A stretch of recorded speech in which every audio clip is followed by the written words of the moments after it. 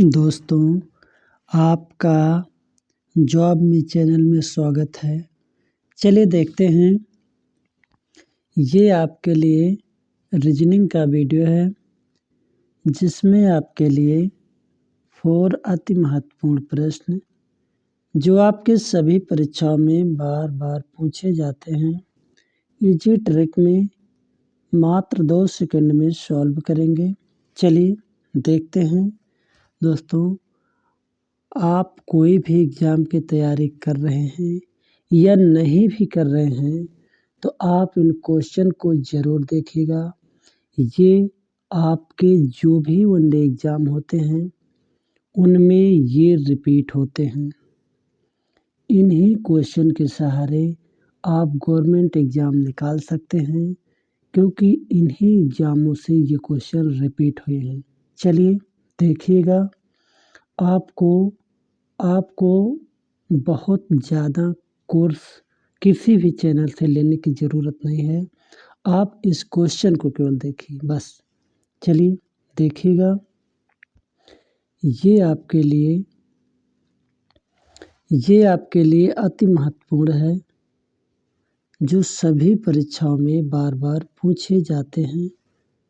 हम इसको आसान ट्रिक में मात्र 2 सेकंड में सॉल्व देंगे। चलिए देखिएगा। ये वीडियो आपको सुबह के समय 5 AM पर मिलेगा। दिन में आप कभी भी देख सकते हैं, क्योंकि ये शॉर्ट वीडियो है। ये आप कभी भी देखिएगा। अगर आप कहीं अपना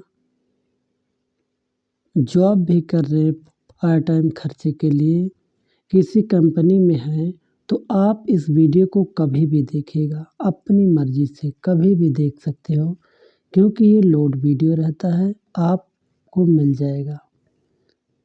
देखिएगा। आप 1 से 2 महीने लगातार देखिए इस क्वेश्चन को। आपको एग्ज़ाम निकालने के लिए क्वेश्चन यहाँ से मिल जाएगा। चलिए देखते हैं। देखिएगा। दिया गया है क्वेश्चन नंबर 1। क्वेश्चन नंबर 1 दिया गया 7 क्रमागत संख्याओं का औसत 20 है। क्या औसत 20 है हो तो उन संख्याओं में सबसे बड़ी संख्या है। कह रहा है 7 क्रमागत यानी 7 अंक हैं, संख्याएं हैं जो क्रमागत यानी क्रम से आ रहे हैं। 1 2 3 4 ऐसे करके हैं। कह रहा उनका औसत 20 है। उन संख्याओं में सबसे बड़ी संख्या है। सबसे बड़ी संख्या पूछ रहा है। ये जो औसत होती है, एक ट्रिक है कि औसत बीच की संख्या होती है। जैसे 1 2 3। ये बीच की संख्या निकालने के लिए हम क्या करते हैं, इन सभी संख्याओं को जोड़ करके, ठीक, और जितनी संख्या है 1 2 3 डिवाइड करेंगे। देखिए 2 आया, बीच की संख्या आया 2 ना। इसी प्रकार हम ये चीज़ निकालेंगे कि औसत बीच की संख्या होती है। यानी यहाँ कितनी संख्या हैं, 7। तो यहाँ बीच की संख्या कितनी हुई, 20। देखिएगा, यहाँ बीच की संख्या 20 हुआ, बीच की संख्या 20 हुई। यहाँ कितनी संख्या है, 7। तो इधर आप 3 लीजिएगा, 21 22 और 23। इधर आप ले लीजिए, 3 संख्या इधर भी हो गई, 19 18 17। देखिए 1 2 3 4 5 6 7, यही संख्याएं हैं। यही आपकी 7 संख्याएं हैं जो क्रमागत है। और जिनका औसत 20 है। कह रहा उन संख्याओं में सबसे बड़ी संख्या है। सबसे बड़ी संख्या इसमें आपको देखिए, इसमें लास्ट में दिया 23। यही आपकी सबसे बड़ी संख्या होगी। ये किस में दिया है? ऑप्शन नंबर बी में दिया गया है। ये बी सही हो जाएगा कि इनमें सबसे बड़ी संख्या आपकी ऑप्शन नंबर बी में दिया गया है। ऐसे ही सवाल बार बार रिपीट होते हैं। इन क्वेश्चन को ध्यान से देखिएगा। इन्हीं क्वेश्चन के सहारे आपका गवर्नमेंट एग्ज़ाम निकलेगा, निश्चित निकलेगा 100%। चलिए देखिएगा, एक बार और देखते हैं इस क्वेश्चन को। इसमें आपका दिया गया है, कह रहा 7 क्रमागत संख्याओं का औसत 20 है, तो उन संख्याओं में सबसे बड़ी संख्या है। जब औसत 20 है, सॉरी, ये बीच की संख्या हो गई। यहाँ कितनी संख्या है? 7। तो आप इधर 3 लीजिएगा, 21, ये 22, ये 23, इधर आप 19, एक और लीजिए 18, ये 17। देखिए यही संख्याएँ आपकी आ गई। इनमें सबसे बड़ी संख्या कौन आपकी? ये आपका 23 है। ऑप्शन नंबर आपका बी में दिया गया है। चलिए, हम आशा करते हैं ये क्वेश्चन आपको समझ में आ रहा होगा। चलिए देखिएगा नेक्स्ट क्वेश्चन। ये आपका दिया गया क्वेश्चन नंबर 2। क्वेश्चन नंबर 2 में दिया गया है, कह रहा है, क्वेश्चन नंबर 2 में दिया है रमेश की आयु 10 वर्ष है, उसके दादाजी की आयु 62 वर्ष है। कितने वर्ष बाद उसके दादा की आयु रमेश की आयु से 5 गुनी होगी? यहाँ आपका रमेश है और उसके दादाजी हैं। कह रहा उसकी आयु कितना है? 10 वर्ष है और उसके दादा की आयु कितनी वर्ष है? उसके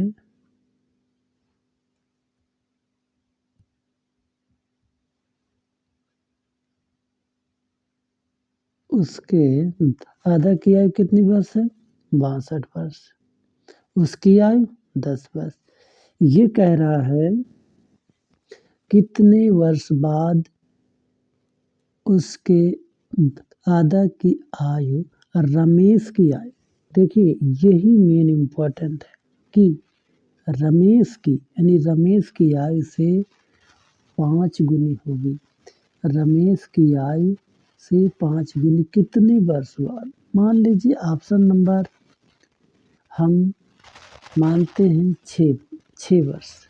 6 वर्ष बाद ये कितने वर्ष का हो जाएगा? रमेश 16 वर्ष का। ये कितने वर्ष के हो जाएंगे? 68 वर्ष के। तो क्या इसका 5 गुना ये 68 होगा? ये तो 80 होगा, नहीं होगा। इसका मतलब 6 वर्ष बाद नहीं होगा। तो इसमें देखेंगे कि हम ये देखेंगे 3 वर्ष बाद रमेश की आयु का 5 गुना हो जाएगा। तो ये कितने वर्ष का हो जाएगा? ये 13 वर्ष का हो जाएगा। ये 65 वर्ष की हो जाएगा। तो इसका 5 गुना कितना होता है? क्योंकि हम जानते हैं 13 गुणे 5, ये 65 होता है। देखिए आ गया ना 65।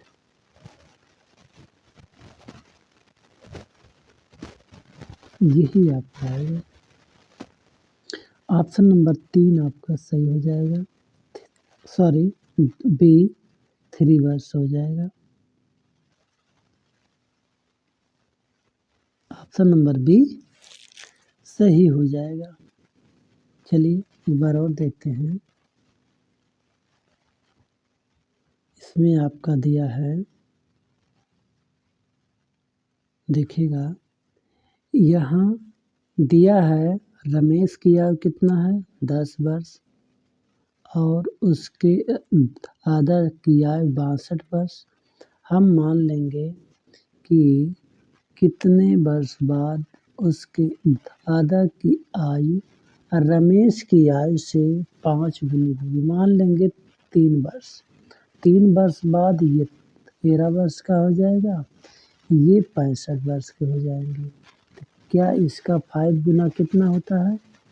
ये होता है 65। देखिए ये हो रहा है 65।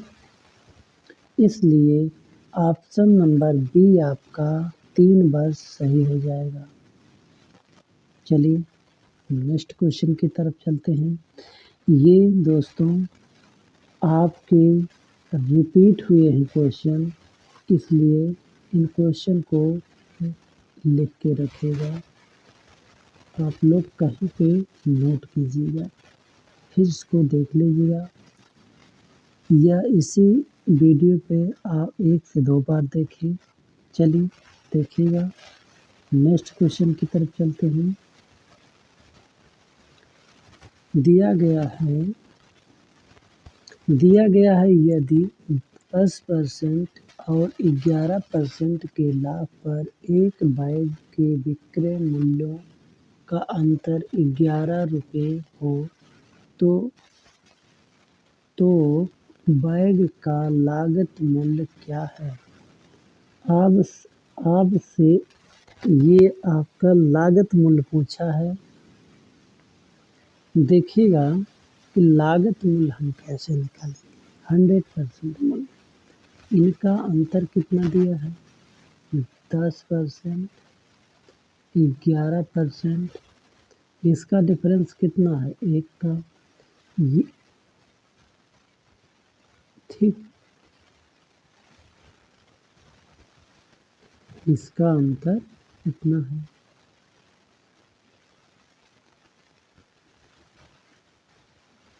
यही चीज हो गया, यही हो गया 11 रुपये। 11 रुपये के बराबर 1%। ठीक आपसे पूछ रहा 100%। जो लागत मूल्य होती है वो 100% होती है। तो जब 1% बराबर 11 रुपये तो 100% बराबर कितना होगा?